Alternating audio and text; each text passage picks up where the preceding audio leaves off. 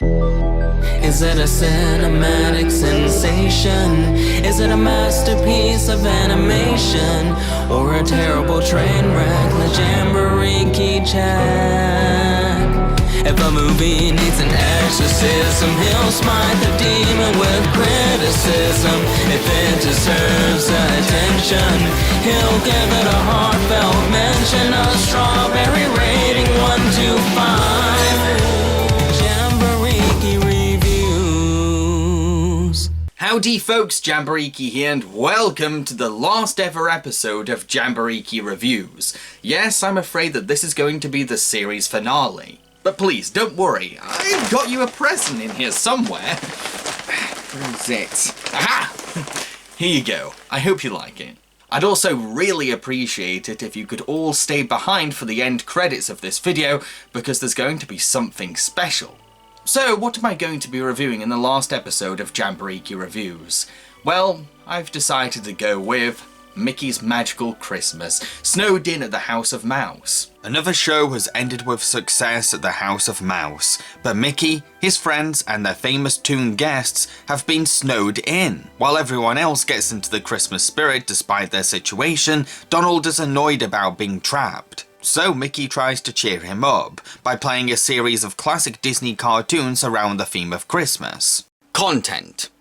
Now, I think House of Mouse works perfectly fine as a TV series, a cartoon clip show hosted by Mickey Mouse and his friends, with popular Disney characters in the audience. It's a cute and simple premise that works for a Saturday morning cartoon, but when that same formula is turned into a movie, I don't think it works. House of Mouse relies on cutting to cartoons for most of its runtime, so whatever story is being told in the theatre has to frequently halt for the clips to play or rely on the cartoon's content to support the story, which can work for a 20-minute TV sitcom, but doesn't benefit the cinematic requirements of a feature film. Yes, the cartoons selected to be in this film are funny, charming and well made, but in the context of Mickey's Magical Christmas's story, they don't really add that much. Sure, the motive behind these cartoons is to inspire Donald's Christmas spirit. However, this results in the repetitive pattern of playing a cartoon, someone asking Donald if he's less grumpy, and Donald responding with humbug.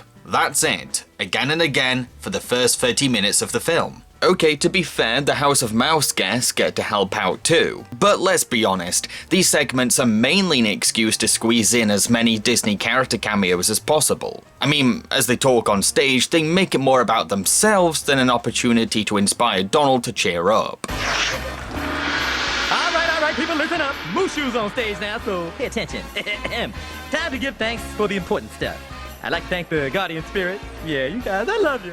And Mulan for making me a great big movie star. Alright, hold your horseflies, I see you.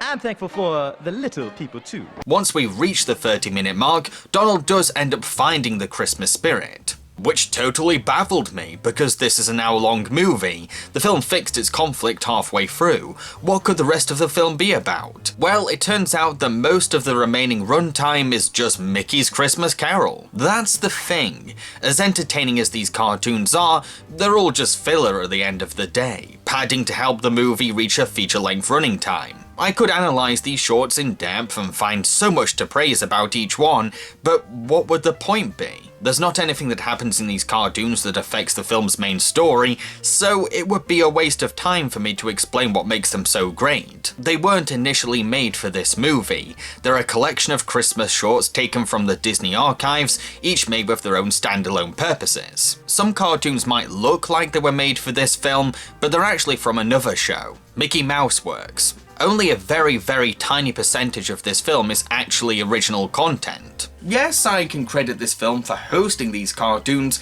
but even then, I can't exactly say that the introductions are clever or imaginative. They're just quick transitions that fly by and do the basic necessities of presenting. Aw, even my trusted pup Pluto wants to help out. Well, then what do you say we show a story about Pluto? How about the one where Pluto and I pick out our Christmas tree together? Yes, the ineffectiveness of the cartoons on Donald helps Mickey to come to the conclusion that they're no use and something more meaningful will be better. But did Mickey really need to play a whole trilogy of classic Disney cartoons in order for him to come to this epiphany?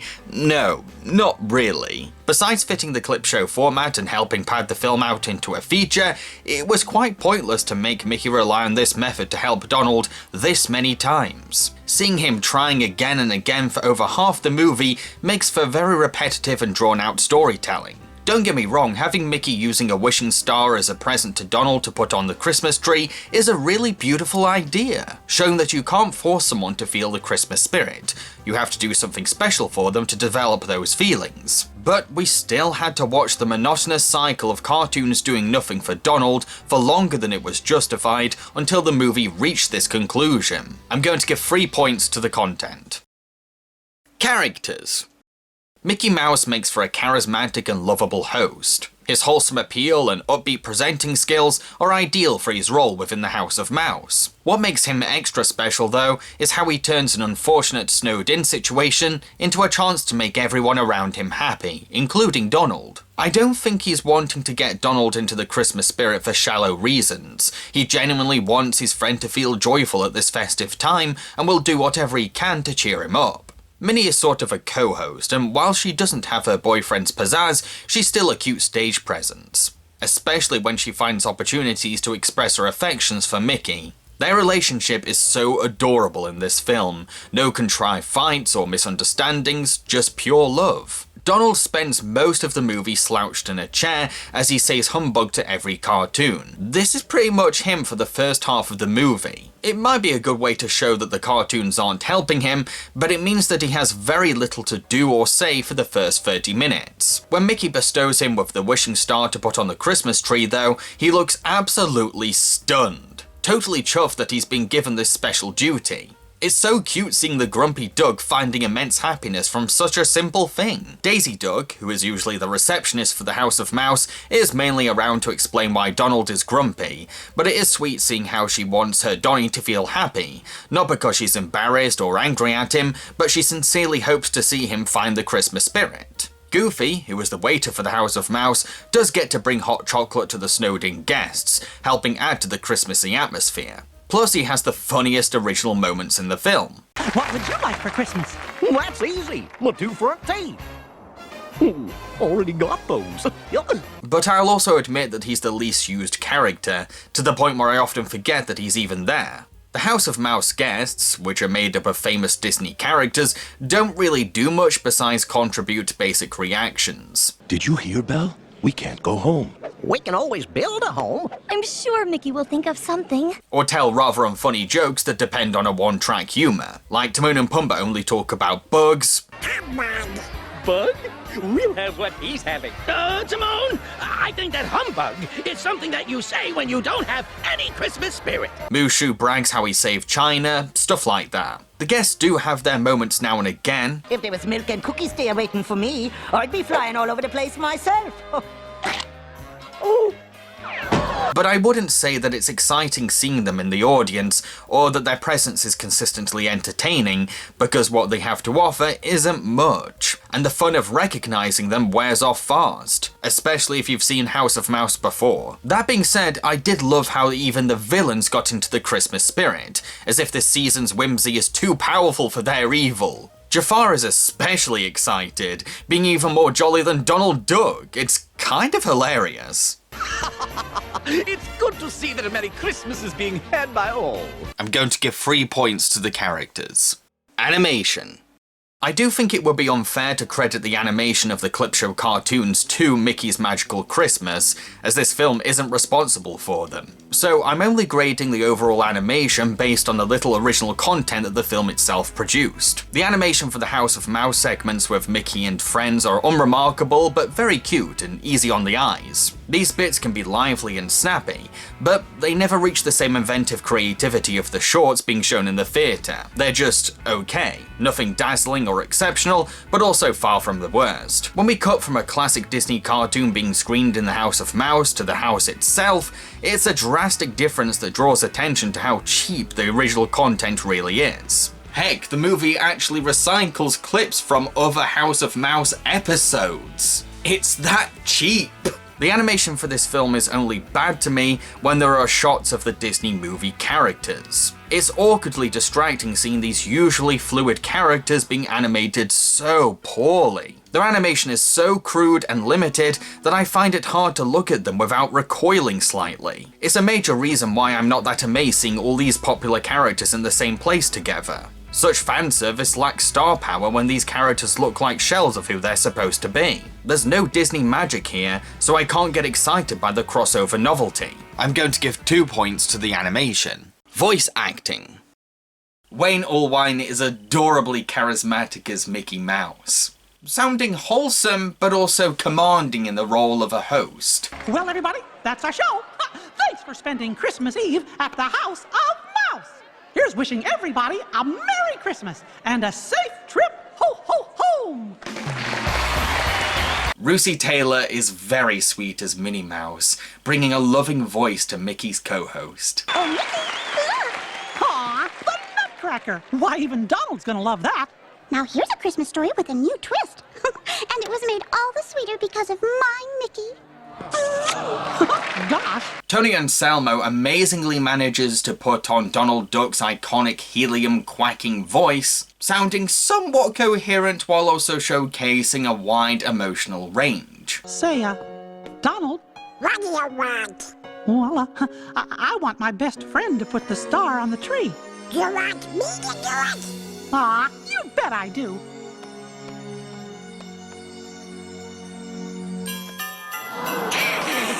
Merry Christmas! Tress MacNeille brings a mellow maturity to Daisy Duck, sounding more enunciated and calm than Donald. Oh, Donald, I wish you'd have the Christmas spirit.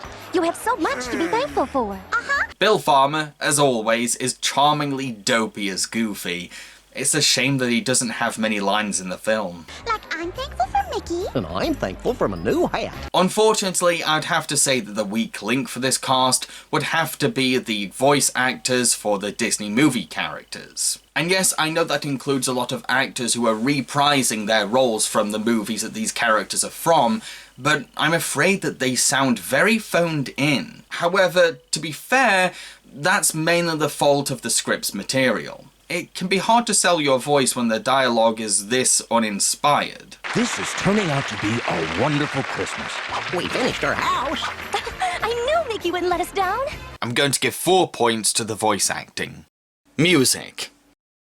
There really isn't that much original music for this movie. Most of it comes from the House of Mouse band, made up of Louie, Dewey and Huey, and their music mainly serves as background noise for the guests to relax to. Sure, their music has a fun swing rhythm and adds to the theatre's atmosphere, but I forgot it was even there most of the time.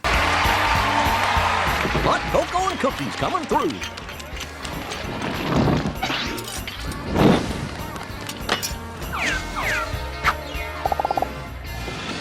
Now this Christmas party is really starting to warm up. However, the music does become more noticeable when it tries to sound emotional for Mickey's self-reflection on the roof. This is when the score gets to shine. It's a heartwarming track that supports the sentiments of Mickey's lesson about Christmas. Now, Mickey, the Christmas spirit doesn't come from a party.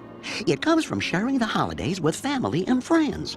And it seems to me that Donald has the best friend anyone could want in you. Gee, I guess you're right. And all I wish is for everyone to have a Merry Christmas. Even that humbug Donald.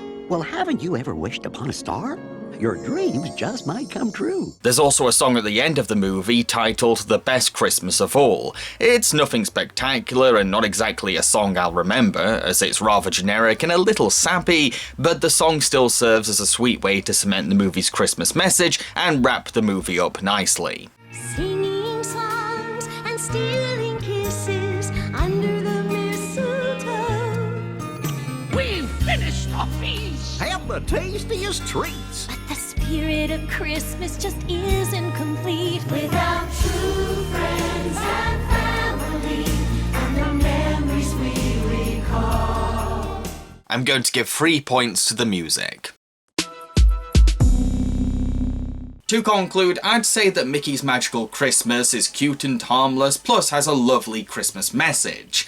but it's also utterly pointless and cynical as a feature film. It did not need to be an hour long, nothing justifies that. I actually think it would have worked far better if it was just a regular House of Mouse episode. Whatever achievements you can praise this film for doing, the same could have been done for a 20-minute episode of the show. As you can see on the cover, the main selling point of this movie is seeing popular Disney characters being snowed in at the House of Mouse, but that's actually only a very small fraction of what the film actually focuses on. It's more clip show than original content. And that's my biggest issue with this film, despite how much I like some things about it.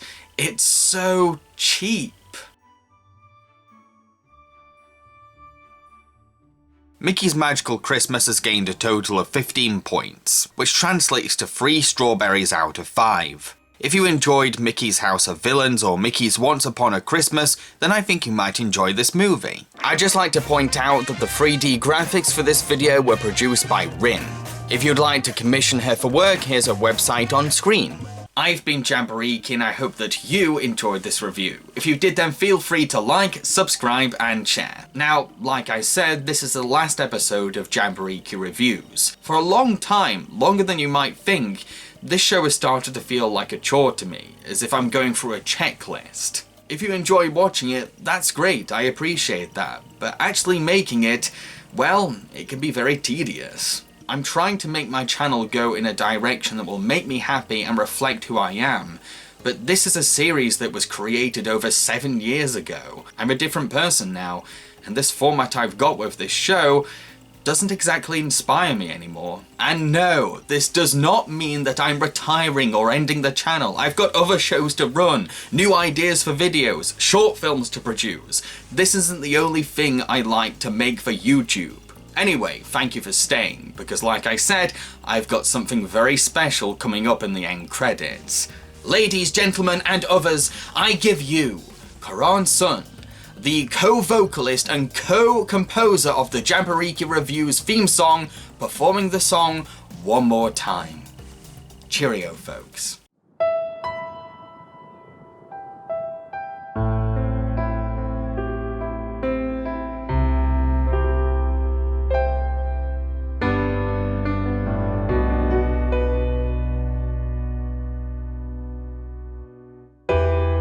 Is it a cinematic sensation? Is it a masterpiece of animation? Or a terrible train wreck? Let Jambareeqi chat. If a movie needs an exorcism, he'll smite the demon with criticism. If it deserves attention, he'll give it a heartfelt mention. A strawberry rating 1 to 5. Jambareeqi Reviews.